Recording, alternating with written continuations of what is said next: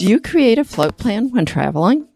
It's an important safety tool that every cruiser should use. And sadly, many don't. Hi, I'm Carolyn Sherlock, and on this episode of the Boat Galley Podcast, I'll share the easy way to create a float plan, as well as who you should share it with so you and your vessel can get help if needed. First, though, let me tell you about the sponsor of today's episode of the Boat Galley Podcast. It's Julie Bradley, the best-selling author of two sailing classics, Escape from the Ordinary and Crossing Pirate Waters. Now, I'm going to warn you, these boats are hard to put down. Join Glenn and Julie for off-the-beaten-path adventures to extraordinary places, clawing through Force 10 storms with them, and holding your breath through pirate-infested waters of the Middle East. Julie's witty, vibrant writing takes you along every twist and turn. At times you'll wish you were there, and at other times you'll be glad you weren't. These books can take you along for the trip of a lifetime.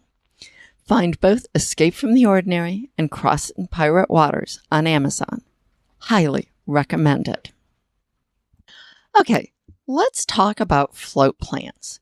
Your float plan is an important safety tool when you're on your boat.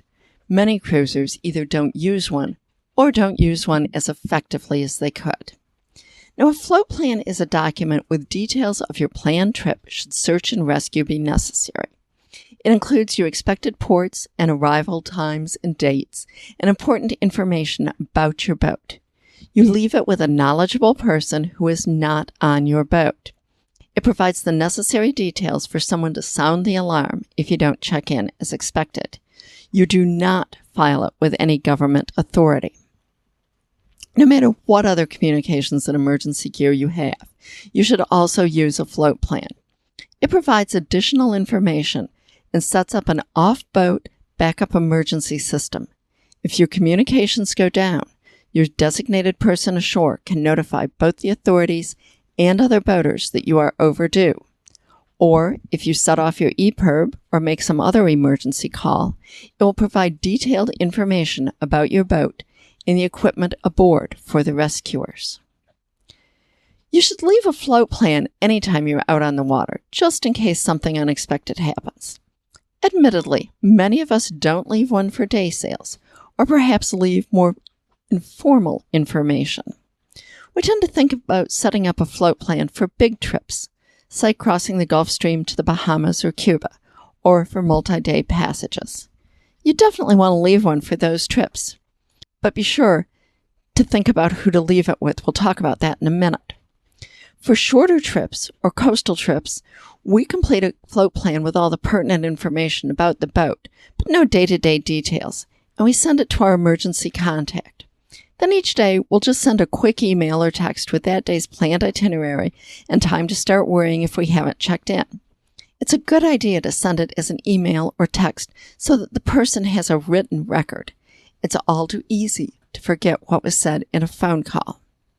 Now, important, be sure that you do check in with your emergency contact at the end of your trip, or if your plans change.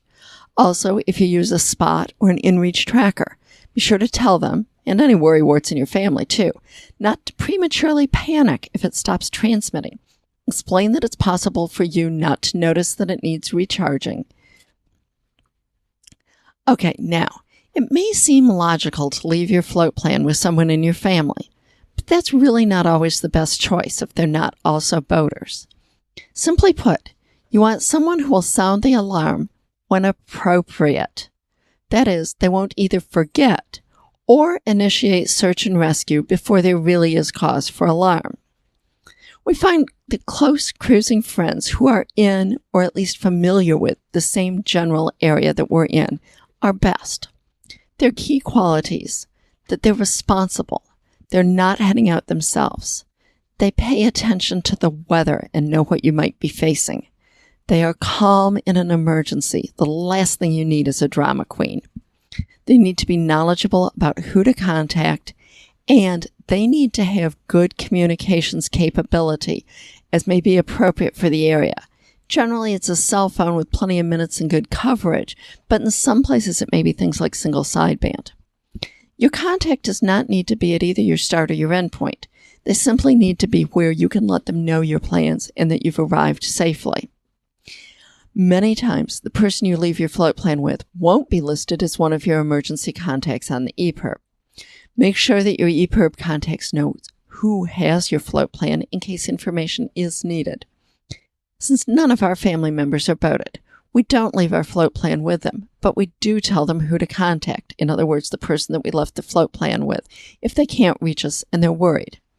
We're trying to avoid having search and rescue called when we are perfectly fine. Now, several organizations, boat US, the Power Squadron, and others, offer PDF fill-in-the-blank float plans. My favorite is the one put out by the U.S. Coast Guard Auxiliary, and there's a link to it in the show notes. But you have to know with any of these, there's a potential problem. When you click any of the float plan PDFs, it's likely to open the PDF in the browser window, and then you'll spend a bunch of time filling it out, and you'll save it to your hard drive.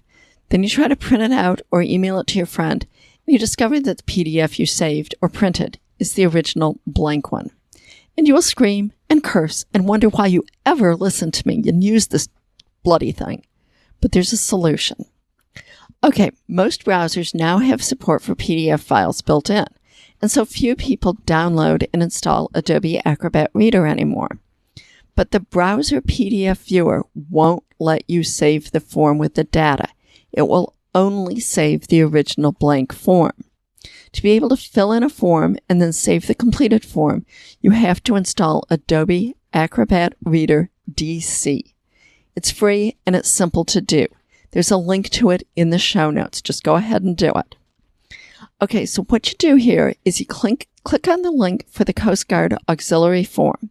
It's going to open in a new browser window. Just as it opens, there's going to be a drop-down menu in the upper right corner. It disappears after a few seconds. If you need to make it reappear, reload and refresh the page. But up in that upper right-hand corner, click on Open in Acrobat Reader. It'll open in the reader. Now you can click on all the blanks, that's the light blue spaces, and fill in your information. To save the completed form, click on the File, Save As, or on the thing that looks like an old-fashioned floppy disk save icon. Put it in the folder you wish, name it whatever you want.